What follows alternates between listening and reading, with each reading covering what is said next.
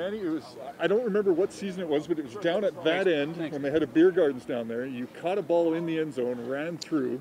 And, I think ran up to one of the fan tables and chugged their beer, helped them out a little bit. Yeah, I remember that play. I scored on Gary Peters. That's right. Yeah, Coach Benny was here then, but nah, it was on that side, interacting with the fans, man, like I was talking to my guy. That's what it's about, just really looking to get people back in Edmonton excited about Edmonton Elks football, and that's the biggest thing, you know.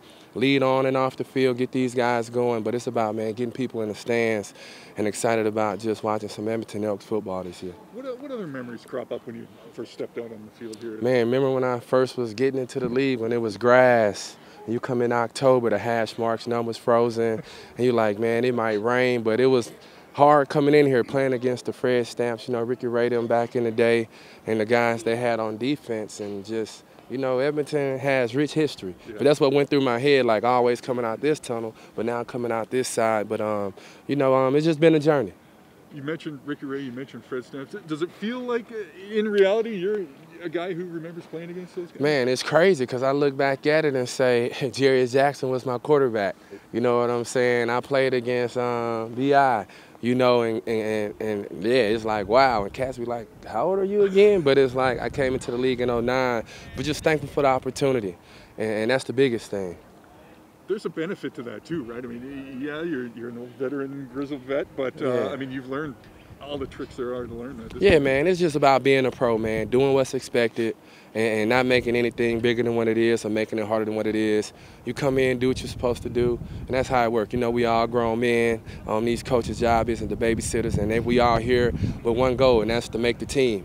So, you know, it's going to be a dogfight. It's going to be competitive, but it's about each guy handling his responsibility on and off the field, and don't let it not be something that's not related to talent to get you cut. So you're here to lock in, and that's the biggest thing. The day you were announced alongside Darius Bowman as well. I mean, it just seemed crazy. I mean, talk about veteran. He's been around even longer. Yeah. You know, he put his work in. He earned his stripes, but at the same time, you know, I put my work in as well. So my whole thing is, you got to come in and do what you got to do. Nothing's given to anybody, and that's a reason to work even harder. You know, that's like coming into BC and I was there. Nah, you still got to work, even though you the guy and you done did things. It's just pushing him to keep his act sharp, and at the end of the day, iron sharpens iron. So whoever can go out there, help this team win throughout the week and on weekends when we play, that's what it's all about. What were the last couple years like for you? Man, they've been great. You know, a lot of people don't know. I played the 2021 season indoor, arena football with the Frisco Fighters. Was out there having fun. You know, it was 10 minutes away from the house. Just staying in shape just in case a call would have came in 21. But look how God works. You know, sit out 20, play arena 21, and you get a call to come out in 2022. So it ain't over till it's over, and I'm just looking to make the most of each and every day out here. I think this is your first CFL training camp since 2019. How's it felt on the body? Man, this is my 13th training camp altogether. But nah, I was in training camp last year, so see, that's why I said that. So I haven't really took any time off other than the 2021. But you know, I prepare, I work, I train athletes in the off season, so my grind really don't stop. So like I say, it was a blessing. I got the opportunity, and I'm here to make the most of it as if it was the Manny that showed up in BC in 2009. So I look at everything like, hey, don't take anything for granted mentality. Manny, can I ask you about the green and gold grill? Is that team specific here? Yeah, you know, now actually I got it in 2019 when I was on the other side in Mosaic. You know, Mighty Mouth Guards hooked me up, but it still matches. But it's just like, you know, it's just something to have fun, man. Yeah. For sure. Nice. Like you said 13 camps. I mean, yeah, it's muscle memory for you now, right? You just man, you can't always say that because every camp is a new camp, and like I say, you can't get comfortable taking anything for granted. So you got to come out and work as if it's your very first time, which it is. You know, new coaches, new guys. The roster is never the same.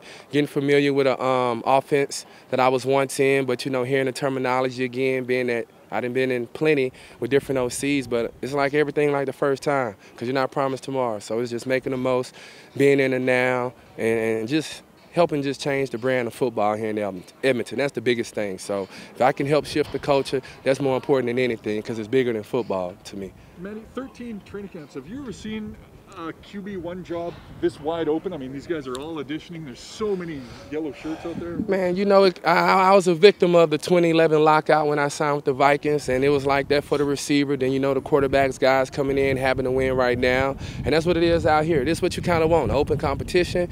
guys get the reps, and like I said, you got to make the most of it. Your 3 reps might be important than the guy that got 15 reps. It's what you do with those reps, whether you're a quarterback, receiver, running back, even if you're a special teamer.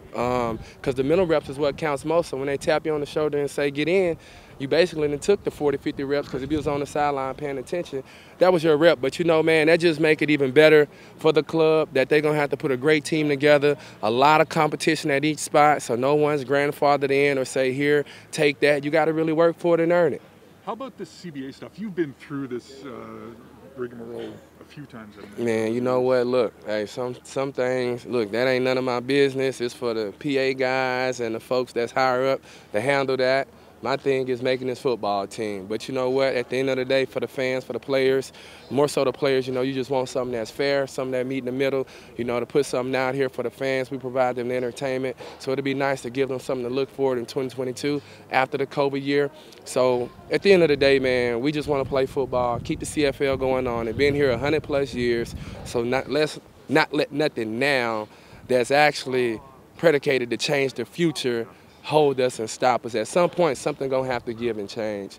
And it's for the guys that's coming 3, 4, 5, 6 years from now. So, and that's how you look at it as a vet. This ain't for me, it's for the guys that's coming after me. And just to protect the brand of the CFL, which been around 100+ years. Well put. Going back to training camps, yeah. You've been through obviously 13. What are some differences or similarities that you've seen between the BC training camps and what Chris Jones is doing? Man, you know, Chris Jones remind me a lot of Wally Bono. You know, a guy that I came in that's straightforward. They ain't got time to play around. They're going to let you know what the expectations are. And that's what it is. And those are the kind of coaches you want that's very transparent. You look down from Coach McAdoo, Coach Darius, Coach Howard. Those are transparent coaches to where you're not looking over your shoulder thinking, hey, man, am I going to get reps? Are they going to cut me? Am I going to be here? The message is the message. We expect all you guys to be pros, and that's all you can ask for. And you got to think about it. My entire career, I've been going against Chris Jones. Back from Calgary to you name it, I've always had to go against him. But to be on the other side, man, he's a great coach, and he reminds me a lot of Wally, who I came underneath, that's just going to give you his 2 cents, going to let you know what it is. These are the expectations, and if you can't get it done, I'll find somebody who will. And that ain't to make guys be on pins and needles or eggshells, but it's to hold guys accountable. Never get comfortable, and that's kind of what I like. Those are the situations you kind of thrive in, because, you know, camp get hard, football get hard. You get tired, but you got to remember what your why is, and at the end of the day, you playing for the guy on the side of you or your family that's back home. Should people be ready to tune into the Manny Show again? Yeah, most definitely, but also ready to tune into the Edmonton Elks. Like I told you, this isn't about me.